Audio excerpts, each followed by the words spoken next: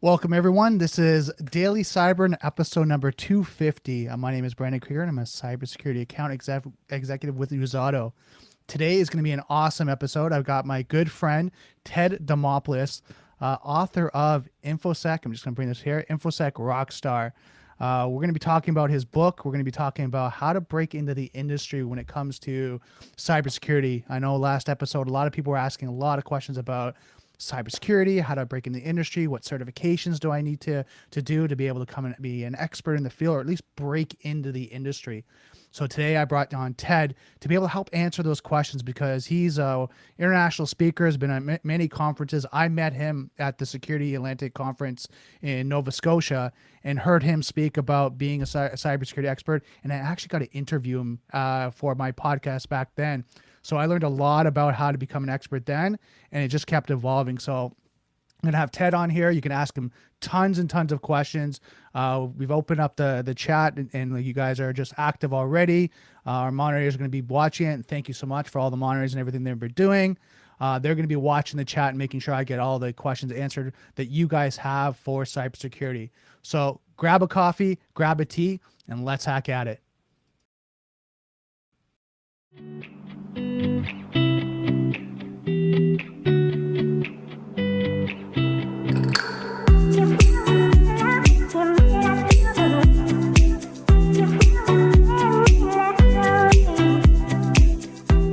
I'd like to thank our sponsor for this episode, Usado.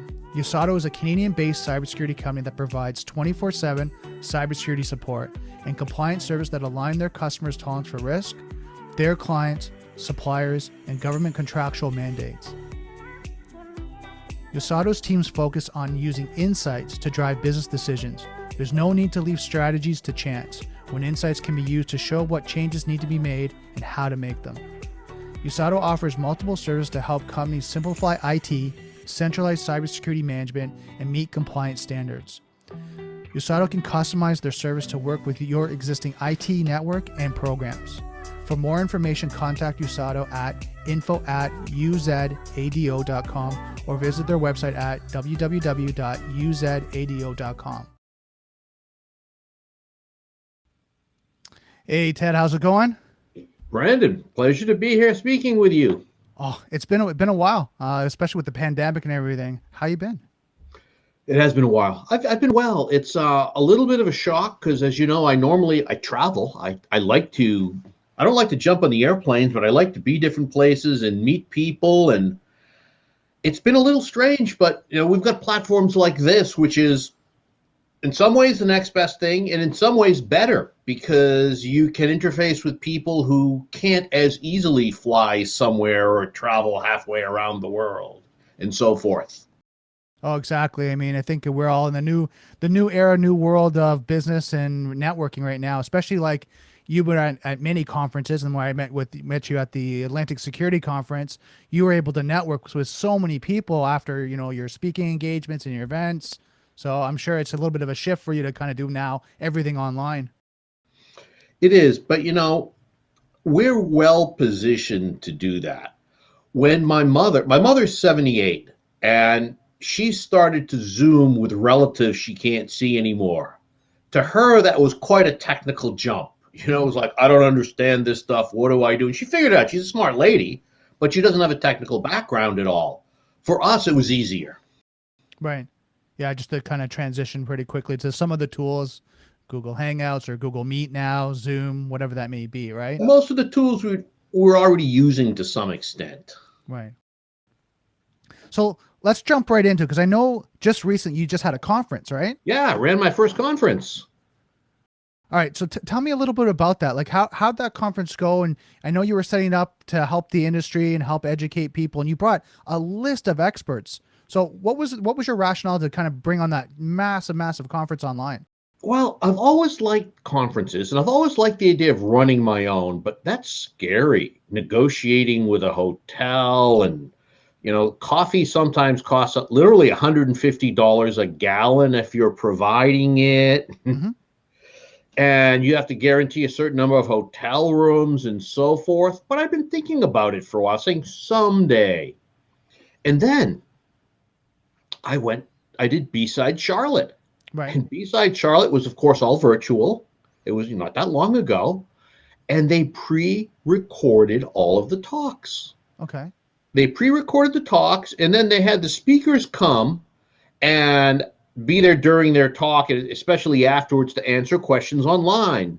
Right. And I was like, wow, this removes a lot of the complexity. And then I thought, wait a minute. I've seen some events like this beforehand that were all done interview style. Right.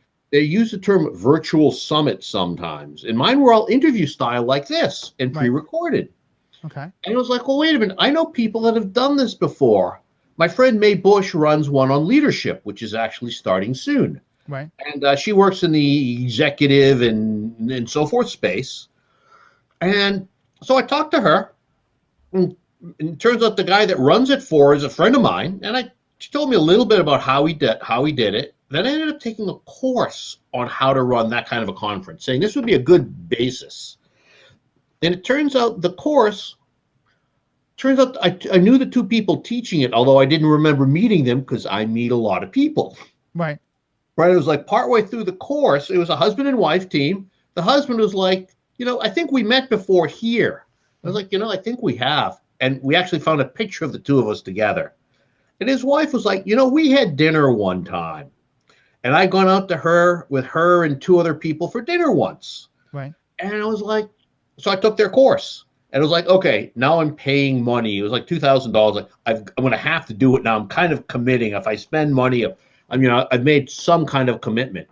Right. I was like, well, I'm going to do this sometime. Then it turns out I know someone else who's actually running these online. And it's like, I can have somebody handle all the technical stuff. And I always think I can do all the technical stuff myself. Right. And I can if I had an infinite number of time. It's like, I can just give you guys a few $1,000s, and all I need to do, all in quotes, is find 20 or 25 great speakers and interview them, and then edit the audio, and then edit the video, and then work on the transcripts. Right. And so it was a lot of work, but I outsourced most of the technical things, including setting up the websites and handling the videos. But I did 25 Zoom interviews, or 24. So now it was kind of like doing... The way I described it to one of my clients was it was kind of like doing half a year of a podcast in like a week. Right. So now, were they all security focused? There were two people that were not in security. Now, it was called the InfoSec Consulting and Entrepreneurship Conference. Okay. So there were three people that aren't strictly in InfoSec. One was a fellow Canadian. Eric Solbakken, who's actually an accountant. He's known as the heavy metal accountant because he plays in a heavy metal band. Fascinating guy. When I met him, he had sold his accountancy because he didn't like being an accountant. he was burnt out on it. But he found he liked helping small businesses. Right. He liked helping accountancies, helping them both grow and build businesses that they don't like, or in his words, he said, that don't suck. Right. So he was one, and he talked about pricing and pricing models. Okay. I had someone else, another Canadian, actually, my friend Rick Berkovitz, and Rick has been in security, but he's a startup guy. Right. Primarily technologically based, technical startups, and he's been doing that forever.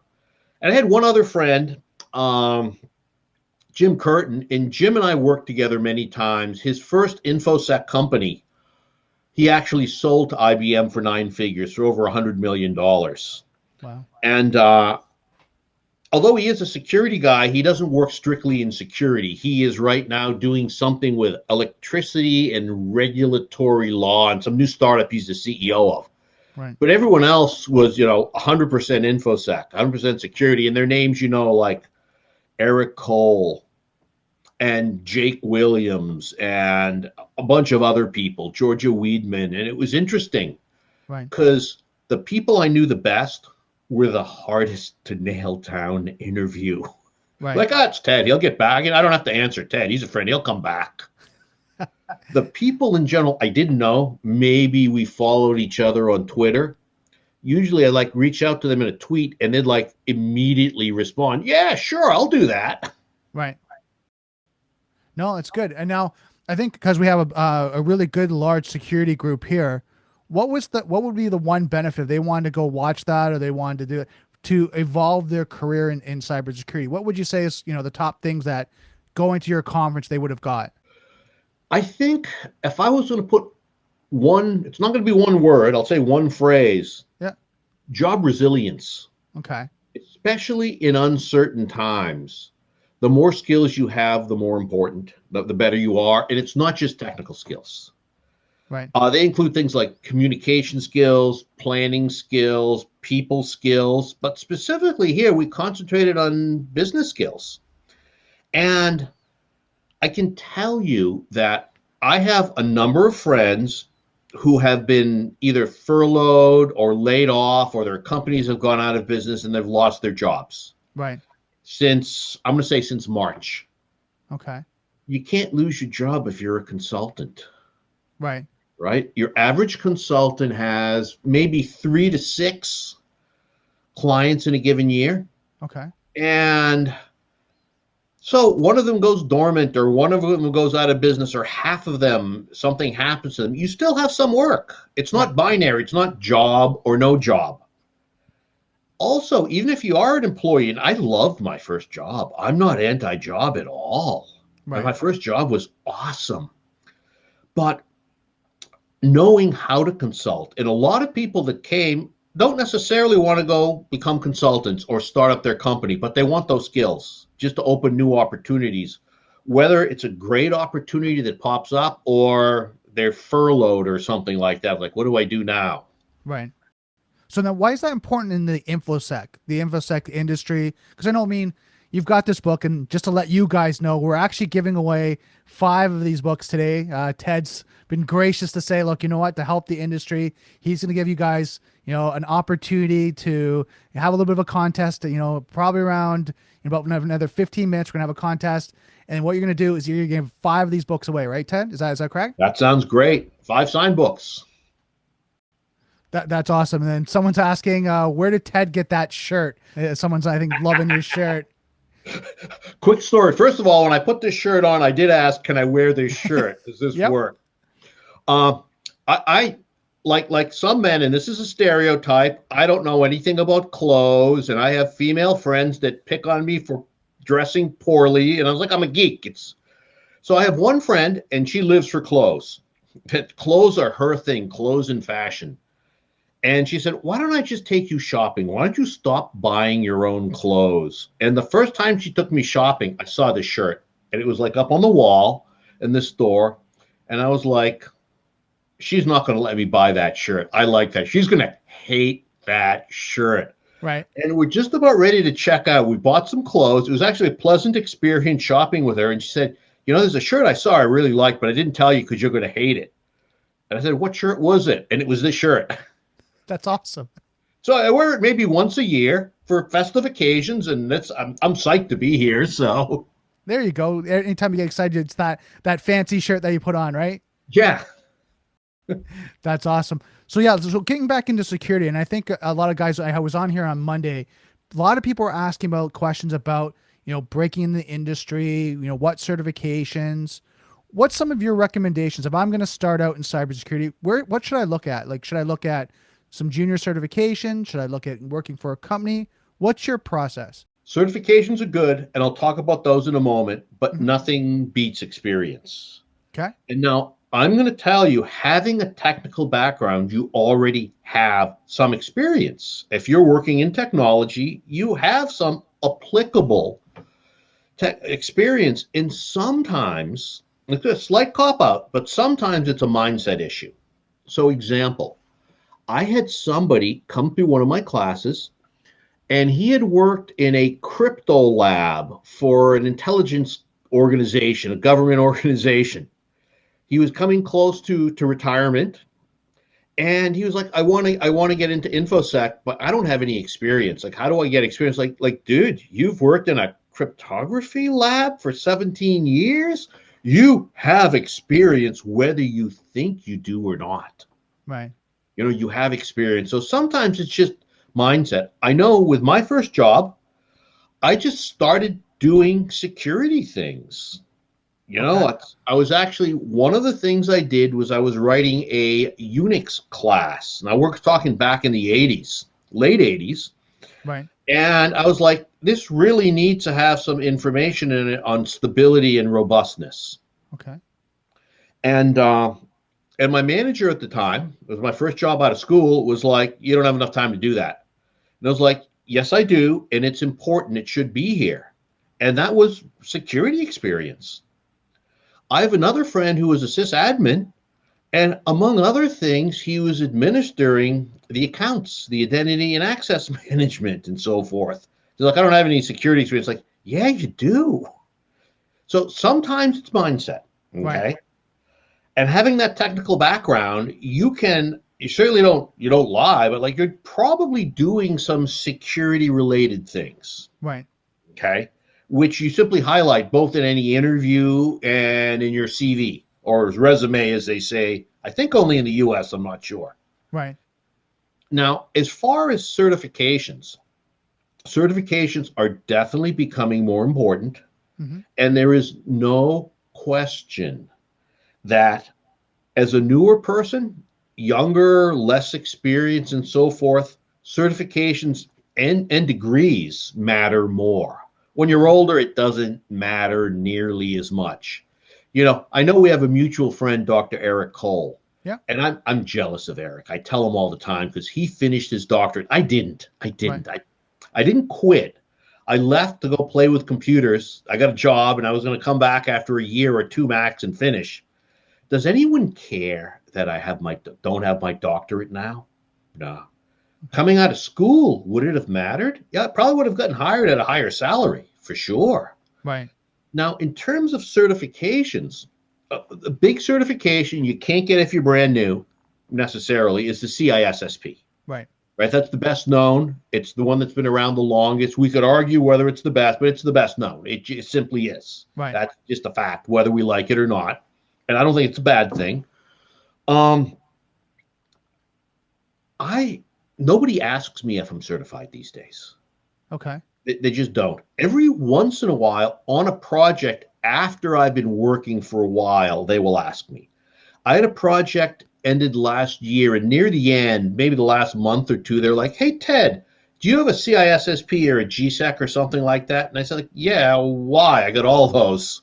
They said, oh, well, we want somebody with one of those to sign the final report. And that was probably for legal. Right. Now, directly on the lines of, gee, how do you get experience?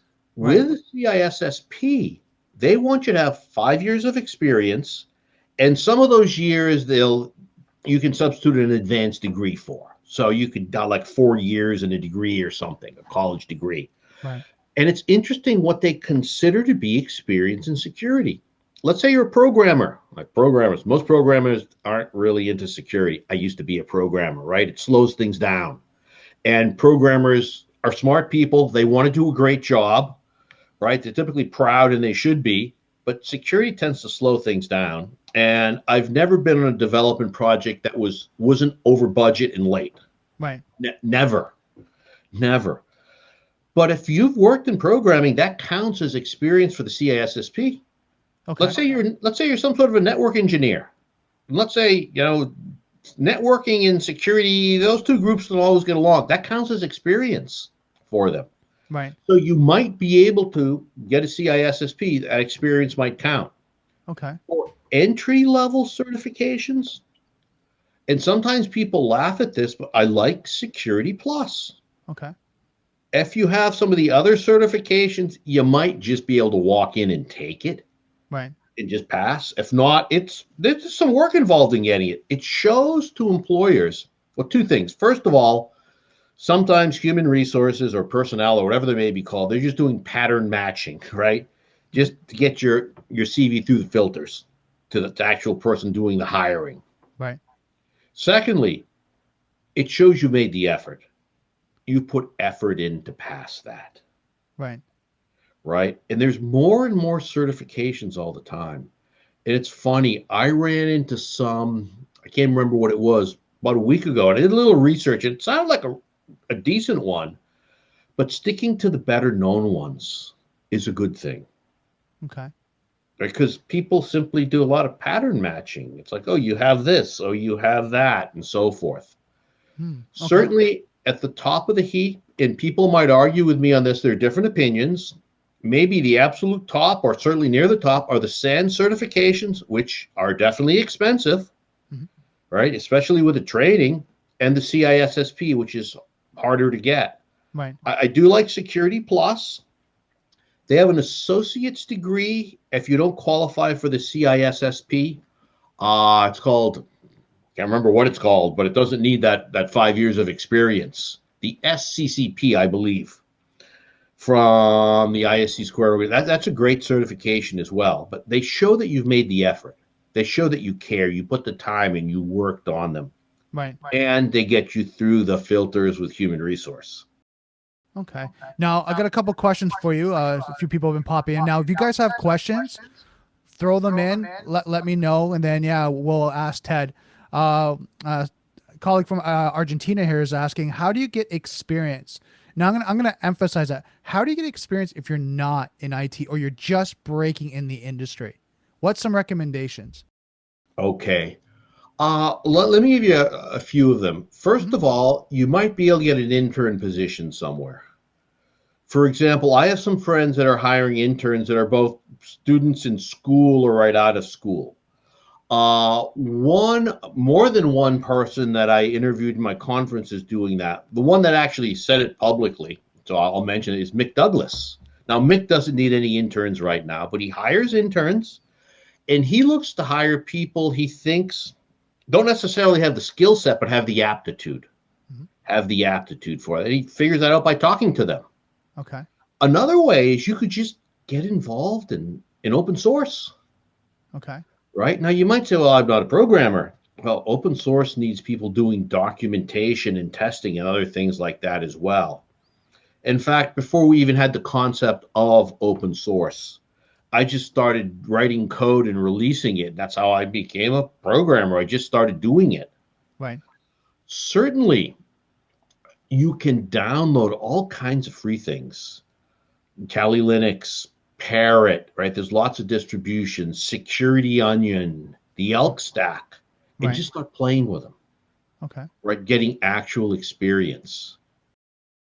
So now bringing that in, someone's asked also, so in Ted's eyes, is a CV more valuable than an OSCP? Is a CV... Now, I think they're talking about like the actual, as you said, like the resume. And correct me if I'm wrong, if a CV is something else.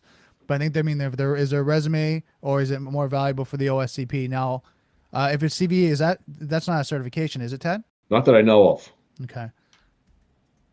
So I'll get him to clarify that. Okay, certainly for pen testing, if you're interested in pen testing, and a lot of people are, right? I'm not a pen tester. I've certainly done it before. And sometimes for my clients, I interface with a pen testing team, since a lot of my clients don't understand pen testing that well. The OSCP is a phenomenal and very, very well-respected certification. It's not an easy one to get. Some people would argue that perhaps it's not really practical. It just shows you worked really hard. Other people would say that's, I don't have that certification, but it's certainly well respected. Right. If I was a penetration tester, yeah, I'd be looking at that. That actually sounds like a fun one to work on. Okay, so basically I just clarified it. It's common vulnerabilities and exposures. So that's what CVE stands for. Okay. Oh, CVE with an E on the end. Yeah. Certainly having a CVE to your name gives you a lot of street creds. The question is, and this is an open question, is human resources going to understand what that is? Is that going to get you through their filters? Right? In some organizations, yeah. In some organizations, absolutely not, because the people initially looking aren't going to know what it is. And that doesn't show up in job descriptions. You know, we prefer you have 3 CVEs to your name or something like that. Now, would that be a problem also if it's like one of those scanners that's scanning resumes too, that it's looking for certain things? So as they're scanning 1,000 resumes and going through, they're looking for CISSP, 5 years experience, kind of that, having that CVE, like a common vulnerabilities and exposures on your resume. They might not be even searching for that. They're probably not. Okay. They're probably not. Certainly, if you have a technical person taking a look at it, and Right. there are technical people in human resources, not super commonly. It depends on the organization, right? I have some companies I work with where everybody's technical, and others where only the technical people are. They'd understand it. Okay. Now, next question I have here is, how does the Sscp rank against the Cisp? It's kind of its baby brother. Okay. It's a junior. It's becoming better known, and it's becoming both better known and more people have it. You're seeing it mentioned more often. In fact, it used to be a while back, quite a few years back, but if you passed your CISSP and they didn't accept your years of experience, what if what if there was something you had on your CV and it was like, well, we're not going to count those 3 months. You don't have 5 years. Okay. What they used to do is they'd actually give you the smaller certification. Okay. Now they don't anymore. Now they give you, I think, an associate CISSP, and when you have that actual experience, they give you the full CISSP. So it is a CISSP junior. Right. And then, like you said, and now from what I read, and correct me if I'm wrong, you're talking about the Security Plus. If you get that, that will actually get you down to that 4-year qualification experience, right? If you get a degree or a Security Plus, they'll knock off 1 year of experience that you need. Okay. Yeah. And now their rules are changing all the time. So make sure you look at their site. I was actually on their site today. I'm going to claim I wasted 30 minutes trying to figure out if something counted or not and how to apply it. To maintain a CISSP, you need a certain number of CPEs per year. And they're pretty liberal about that. But sometimes figuring out how to actually apply things. I downloaded a long PDF and read it twice, probably. That's awesome. So now, and the Ted, rules change. They're pretty flexible, though. Just a quick question, right? Because we're coming up on the contest right now. If you guys want to win one of the books, the InfoSec Rockstar, tell us a little bit about this book, Ted. As we're doing the contest, we're going to start the contest right now. Okay. And while we're doing that, tell us a little bit about the book. What are they going to get from it? Okay, I've always been fascinated by people that are just doing things better than me, particularly in security. And I have a lot of friends who, they're not necessarily smarter than me, but many of them certainly are, but they get more done. People listen to them more. They're more effective. They're just better security people. And I just started talking to a bunch of them. It's like, why are you so good? How come you get so much done? How come people listen to you? And I would have told you 30 years ago, well, they're more technical. They're better security people, right? They're bigger geeks. That's not what came out of almost everyone I talked to. Right. Almost everyone I talked to is like, okay, you need the technical skills. You need a certain level of technical acumen, right? But it was additional non-technical skills. Now, sometimes we call these soft skills. They're not soft. They're the hard stuff for most of us. Things like communication. Now, it's so easy for us to communicate among ourselves. Try communicating with, I don't know, an accountant or someone in marketing or someone in human resource, and it's harder. Right. Right? So communication is critically important. Being able to influence people, to convince people. We're always trying to convince people to do the right thing in security. And when I say this, people think, social engineering. Right. Well, it turns out, yeah, that's an okay term to use. But an influence is more than that. First of all, a lot of what we believe is true in social engineering isn't necessarily. It's folklore. A lot of things just work because we think they're going to work. But influence is actually a science that has been studied for a very long time. Okay. By psychologists and other kinds of people that study these things that have PhDs in things we've probably never heard of. So I talk about influence from the scientific viewpoint. How do you get people to do the right things? In our viewpoint from security. Also talk about planning. Historically, I've been a horrible planner. Okay. I haven't planned anything. I just kind of wing it. And things have gone okay. Planning's pretty important when you have important things to get done. Right. We talk about that.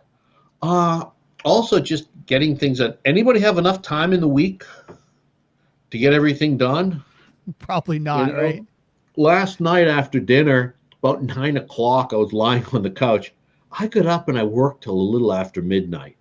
Now, admittedly, I was excited to work on this. I was psyched, Right. but just getting stuff done. Now, if I was to say time management's really boring. At least to me, it's a boring concept. But getting things done that matter, I love getting important things done. And a lot of these things have been studied by scientists. Okay.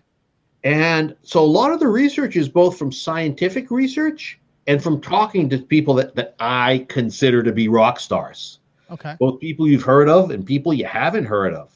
And the term actually started as a joke, and people kind of liked it, so I stuck it on the book. There you go. That's awesome. And then, so for someone that's going to read this, how's that going to help? Like, you got all those skills. How are they going to be able to use that in their career? Like, right from the start, they're going to start to evolve, because I know, like, from yourself, and I'm asking on my point when I first read this, I found this was more of, setting you up to be a consultant. Okay. It's going to make you more effective. You're going to get more things done. Mm-hmm. For example, I remember I had this one position. Now, I was a consultant there, so it wasn't 100%. I was putting probably 110% of normal hours and working 20% for others. And there was this one, I'm going to say young kid, because anyone younger than me, I think, was a young kid. I think he was like 21, 22, and I was like 30 or something. And he just got so much done. Right. And it wasn't because he was necessarily smarter. He certainly wasn't more dedicated. It was a very dedicated group that I belonged with. But he was good at getting the most important things done. He was good at communicating with others. He was really good at saying no to things. And he was a really junior guy in a very hierarchical organization where you didn't say no easily. And often the way he said no would be interesting. He'd say, I can do this, but I'm not the right person to do it. This person can probably do it better, or this is more reasonable, or, well, I can do this, but that means I'll have to put this on the back burner. And his career progressed extremely quickly. He got a couple promotions in 2 years while I was there because he was just effective at getting things done. And it's funny because in the project, he was not the project leader, but within a few months, he was the de facto leader on some parts of the project. You want to get something done, I wanted to know how it was getting it. You go talk to him because, he wasn't in charge. He didn't have what we call positional authority. He had personal authority. He could get things done. He knew what was happening. Awesome. I mean, I think that's awesome to kind of hear about the book and how it's helped so many people too. I know, being the conferences that I've been at, it's just been amazing to read through this and just kind of have that mindset as you're going through it, going, okay, yeah, this is the things, check. It's almost like a checklist. You need to have that. You need to have this. Make sure I have this. I learned so much writing it, and I learned so much talking to the people. Some of them were formal interviews. Most of them were like us having a cup of coffee or beer and just talk like, Brandon, how do you do so many amazing things in your life? How do you get so much done? Right. And it was interesting because many of the people I talked to were just incredibly modest. They're like, I don't get that much done. I don't do that. Almost everybody was really modest. Like, I'm impressed. That's awesome. So now, just to let you guys know that are watching, we're going to be stopping the contest very soon. So make sure you get into it. Again, we're giving 5 of these books away. And we'll have the moderators to contact you once we stop this. But yeah, I highly recommend grabbing this book and checking this out. We're going to be giving away we'll stop the contest probably in the next 4 or 5 minutes. So make sure you get in for the contest and you win your copy of this book. So now, Ted, we have a couple more questions I want to ask you too, because Sure. I've got some really great questions that are coming from the community. I have been in the help desk position for about 7 months. Should should finish my cybersecurity associate by the end of this year. How long should I stay in the position given that I have the freedom that most people in the help desk don't? I'm currently maintaining what someone built as far as the network, firewall, etc. Okay. So you're getting real security expertise here, right? That you're going to document on your resume, your CV. When I've hired a lot of people in the past, and I'll tell you, if I see somebody that has help desk experience, man, I look at that really carefully. I've volunteered and worked help desk before. I think that's phenomenal experience because you're so close to the end users, the ones we're actually supporting with everything. If I see somebody with 2 years of help desk experience, I'm like, this person probably knows a lot, particularly when you add the security component onto it. You're in a really good position. So you're working help desk and you're like, firewall administrator or something, or whatever the right term may be there. Right. And then you think like because of the help desk experience, it's going to give them more value going in just because they've got support, they've got working experience working with clients. A lot of companies value that a lot. I'm not going to say all. It's just like a lot of companies value system administration experience a lot. I know organizations that like to hire system administrators into security positions. You know why? Because not only do they have a lot of experience, but they've experienced pain before. They've broken something before. They've brought down a server or a network, and they tend to be careful and cautious. And we want careful and cautious security people. Well, I think on the help desk, and I'll talk on the help desk side, they're careful and secure because they've been on their other side when people are calling when things are down, right? Yeah, absolutely. Right. So they don't want to get the 100 to 150 calls saying, this is out, this is not working, I can't get my emails, the network's down, I can't get to the internet. They're like, okay, take your time because I know what happens on the other end when things don't work. So I think that's good to have that kind of insight as well. Next question I have for you. Do you know if Cybersec certifications offered by the University in Canada, Montreal, Polytechnic, or University of Montreal could be a valuable alternative to the more official ones? Any kind of a degree is very helpful, particularly if it has a cybersecurity component to it. Absolutely no question. Okay. Those are very valuable. And again, the younger you are, the newer in the industry, the more important they are. If you're like an old goat, nobody cares that much. If you're younger or you're trying to switch positions, that's an enormous help. I did something. I'm trying to remember what it was. It was Rogers has a program in Canada, and it's through some university, and I can't for the life of me remember which one it was. But I was talking to a number of people in your similar position that I had in class. Okay. And yeah, that's going to be real helpful. And I cannot remember the program that Rogers was sponsoring. I was actually teaching a SANS Institute class for them. Okay. And they were getting a degree and 1 or 2 SANS certifications. And it was like, the degree you're getting is going to help you a lot. Okay, perfect. And then, like you said, and it's something I'm going to add into that. If you're breaking into the industry, you're going to school and doing that, again, it's great for progression in employment too, right? Because as you're going up and you're moving up to management, they like to see degrees and all that in managerial. Now, if you're a consultant or if you're kind of going to the technical roles, it's like you said, I find it's more experience, but as you're going to managerial, they like to see the depth of education. Now, let me tell you one very quick story. Yeah. So I was working on my PhD program, and it was in mathematics, actually, in abstract math, theoretical math. And I decided I was going to get a job to get some practical experience. I'd gone to a job fair. I had met someone, didn't have a job, but he offered me a job a few months later when he had an open position. And I was like, I told the university, I was at the University of New Hampshire, I want to go do this job for a year or two and then come back and finish. And like, okay, that's awesome. You can come back. You can go and come back. Right.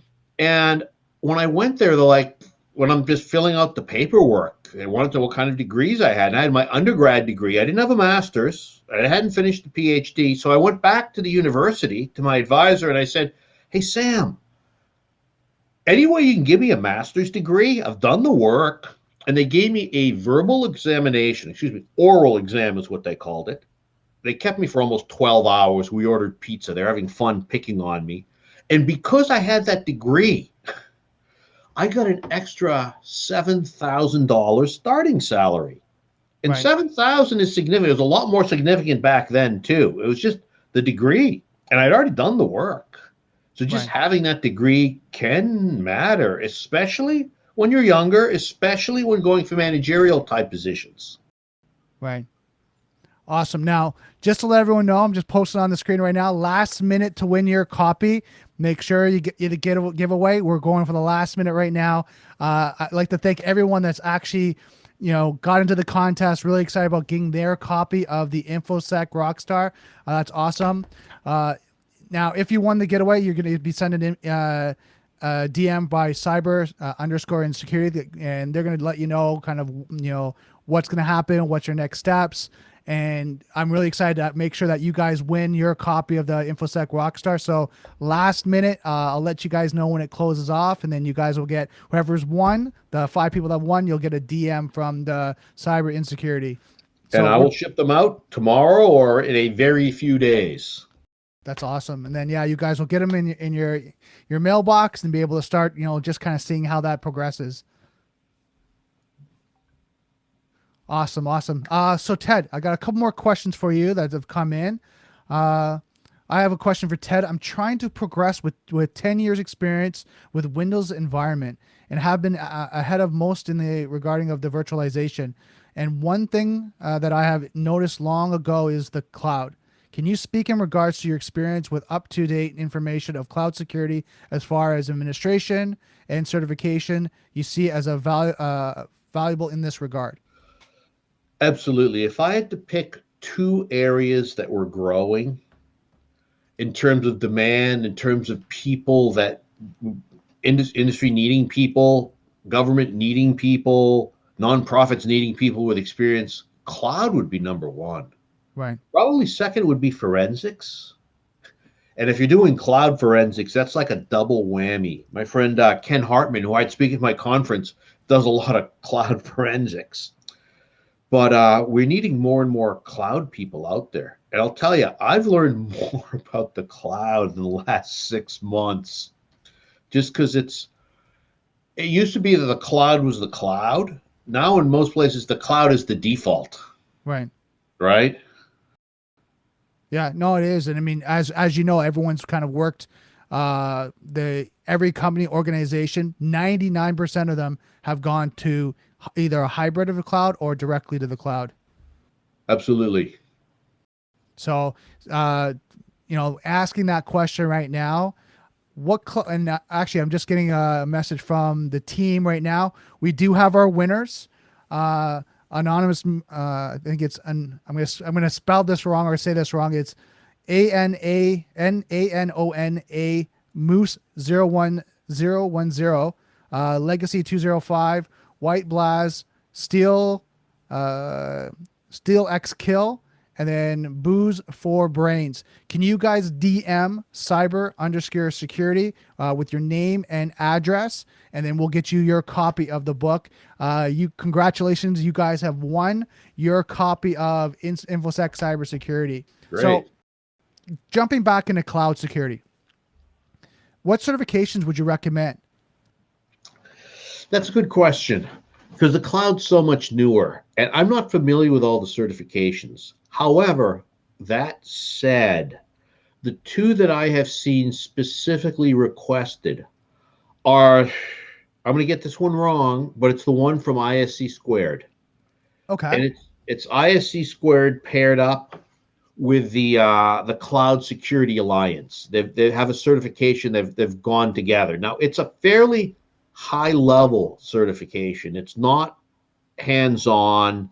It's not overly technical. They break the cloud into 14 different domains, including governance, including applications, including there's 14 different domains, including regulatory compliance. So high level overview. I see that one, and I can't remember its name right now, but it's the one from ISC squared. If you go to IS. Yeah, is that one the CCSP? It's the CCSP, yes. Yeah, Certified Cloud Security Professional. Yeah, and I was actually thinking of sitting in a class for that to learn more about that at the ISC Squared Security Congress this year, but it ended up being virtual, and so I didn't do it. They didn't have as much training. Okay.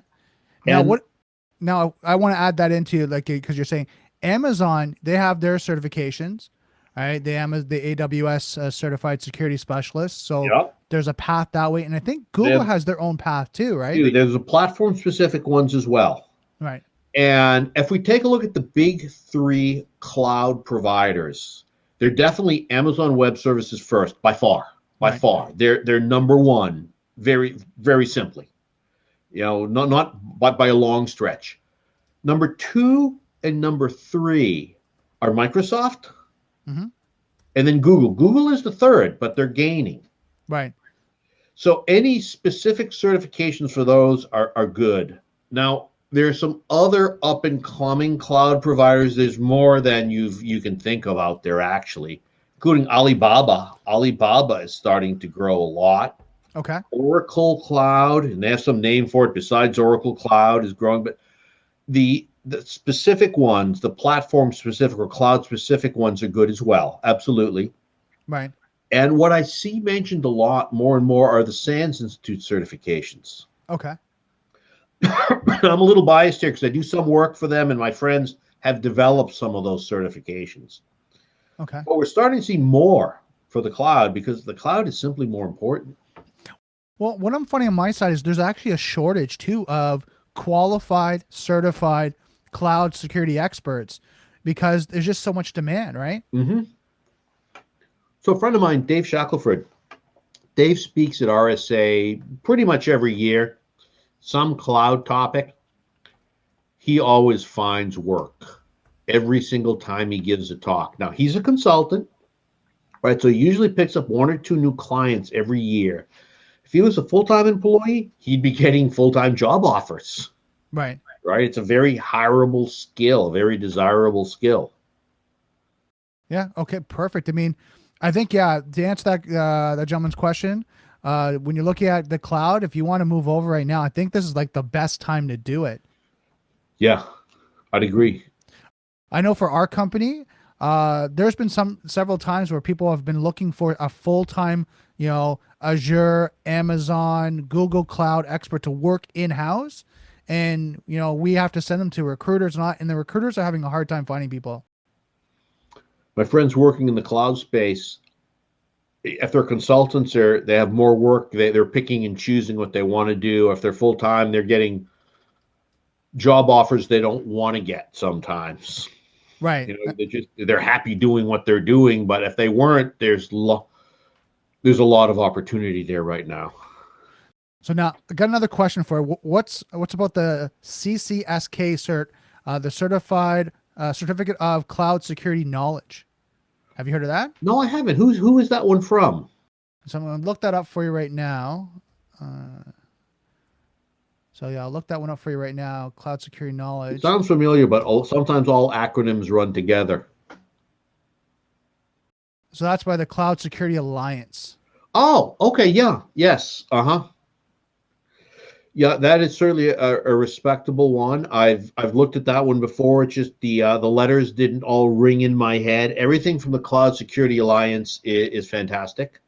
It tends to be higher level and not hands-on, right? More like architect, big picture understanding, which is really important. Right. Now, what would you recommend? Would you recommend more theoretical design, or would you recommend more hands-on right now?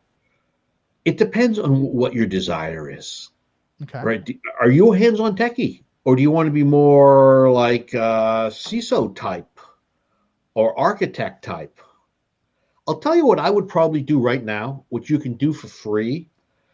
All of the three big cloud providers, Amazon, Microsoft, and Google, will let you sign up for a free account, And at least last I looked, which was only like 2 or 3 weeks ago, you get some free credits. So Right. you can actually go and play in their cloud and do things for free. Right. Okay. No, that's good. That's good to know. And I was just trying to think on the standpoint with some of these people are trying to look at transitioning over to the cloud. What would be the best, plan of action? And I think, from my point of view, maybe going on the technical side at first to start out, right? Getting the kind of the administrative, the cloud professional, kind of working that way of how to harden it, secure it, and then working up to the architectural level. Yeah, and I'm a hands-on guy from way back, so I like that approach. Although I have to say now I have some clients where I don't even touch their computers, which shocks me. Right. Because if we're to go back 10 years, I had no clients where I wasn't on the keyboard like 99% of the time or something. Right. Occasionally being dragged into meetings I didn't want to be in. Yeah, makes sense. Now, I think that we're getting asked again. Another question is, what is the best cloud security certification to get? So I know we talked to like Cisp is kind of one of the ones that are well known.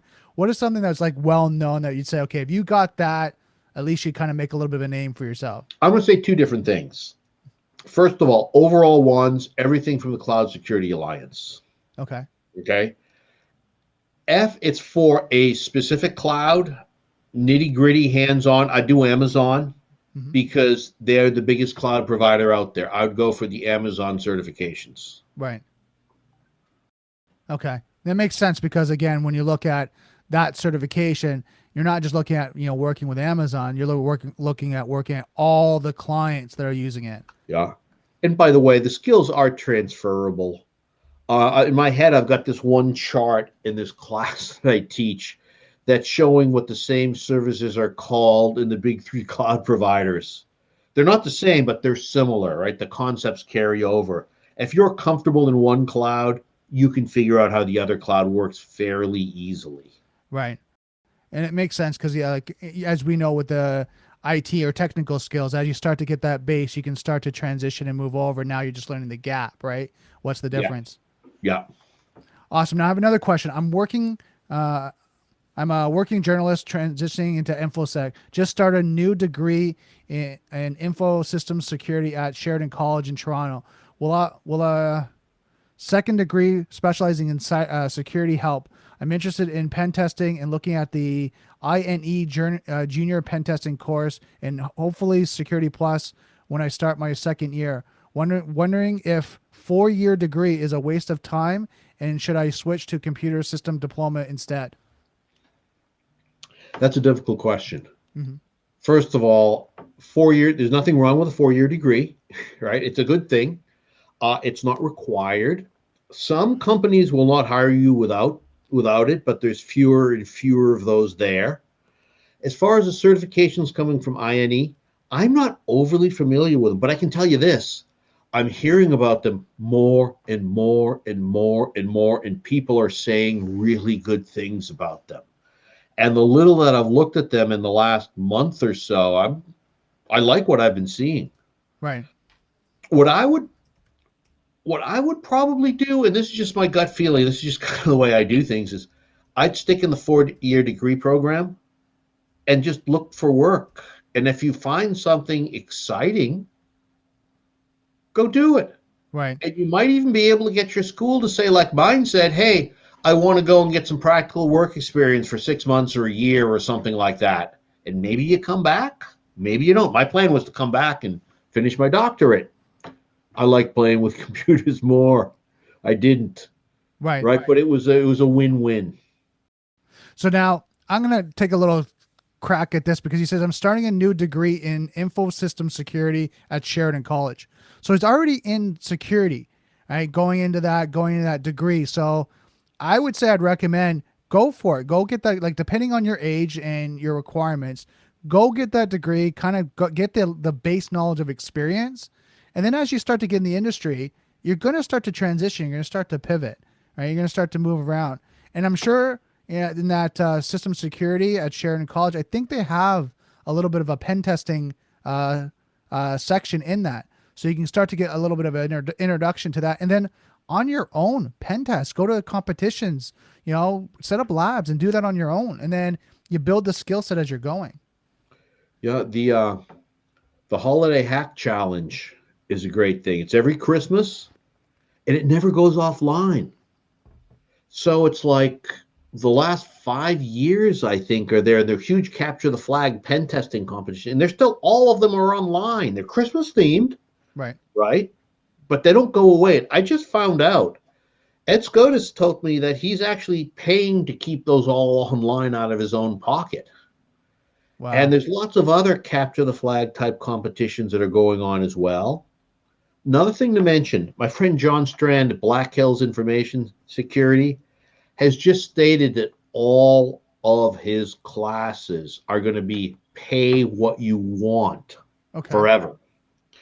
Including, and if you look, you can pay as little as $20, or you can email him and say, I want to take it for free, and he doesn't ask you why. He just has that so he doesn't have bots signing up for the classes. Right. You know, and his stuff is all top notch. That's awesome. So Ted, we're coming up close to the end.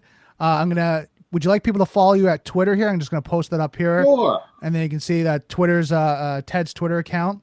It's awesome, Ted, to be able to connect with you. It's at Ted and it's DEMOP. So go out, connect with them, and make sure you just say hi, where you met him. You met him on the Daily Cyber, and follow Ted's news, what he's working on. A lot of great information. So Ted, one last thing. What was one recommendation you'd give these guys for 2020 that they should be working on? That's a great question.